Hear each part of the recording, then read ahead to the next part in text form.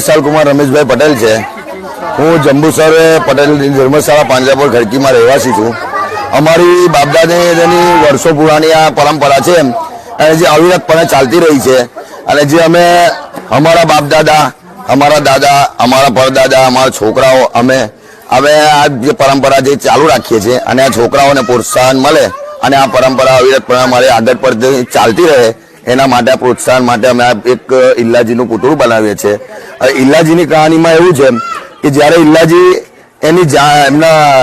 હોળિકાનો પ્રેમી હોય છે અને એની જાન લઈને જાય છે, એવી જોવે છે કે ભાઈ હવે જાન લઈને ગયા છે તો હોળિકા દહન થઈ ગઈ છે અને એ જ હોળિકા દહન થઈ ગઈ છે એ જ રાખની અંદર આરોટી અને જે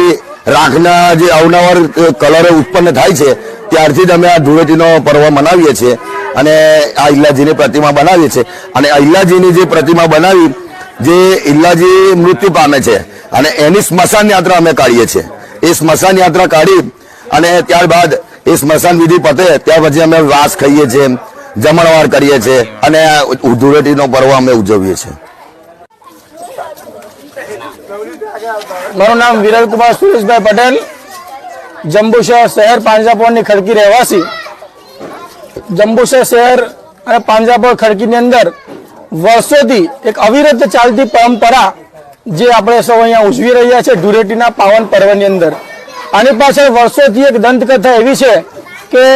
હોળિકા અને પ્રહલાદ એ કથા આપણે સૌ જાણીએ છીએ, પરંતુ ઇલ્લાજી અને હોળિકા વચ્ચેનો જે પ્રેમ હતો, જે અવિરત ચાલતો પ્રેમ હતો, એ પ્રેમની દંતકથા આપણે સૌ જાણતા નથી। એની પાછળ એવી એક કથા છે કે હોળિકાનો પ્રેમી ઇલ્લાજી હોય છે અને હોળિકાનું જ્યારે દહન થાય છે તેના બીજા દિવસે હોળિકા અને ઇલ્લાજીનું લગ્ન હોય છે, પરંતુ જ્યારે હોળિકાનું દહન થઈ ગયું હોય છે અને ઇલ્લાજી એમની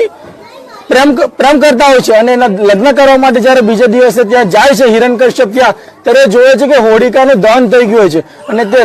રાખ હોય છે, પરંતુ એ રાખની અંદર એ ઇલ્લાજી આવટે છે, એની અંદર થી વિવિધ તરંગો અને રંગો ઉત્પન્ન થાય છે। એનો જ ઉજવણ આપણે ધૂળેટીના પાવન પર્વ તરીકે ઉજવણી કરીએ છીએ અને આ જંબુસરની આ પાવન ભૂમિ અને આ પાંજરાપોળની પવિત્ર ભૂમિ ઉપર વર્ષોથી ચાલતી અવિરત પરંપરા, અમારા પિતાશ્રી પણ આ કાર્યક્રમ યોજતા હતા, અમારા દાદાશ્રી પણ કરતા અને લગભગ 100 વર્ષથી જૂની આ પવિત્ર પાવન આ પ્રથા છે અને બાળકો પણ અમારા જોવે છે અને અમારા એનઆરઆઈ મિત્રો પણ આજે આવ્યા છે આ કાર્યક્રમને નિહાળવા માટે। તો ખરેખર આ ઇલ્લાજીની સ્મશાન કાકામાં શહેરના મુખ્ય માર્ગો પરથી નીકળી અને છેક સ્મશાન વિધિ સુધીની અવિરત પરંપરા વર્ષોથી ચાલી છે અને ખૂબ સારા કાર્યક્રમ આ રીતે અમે દર વર્ષે કરીએ છીએ।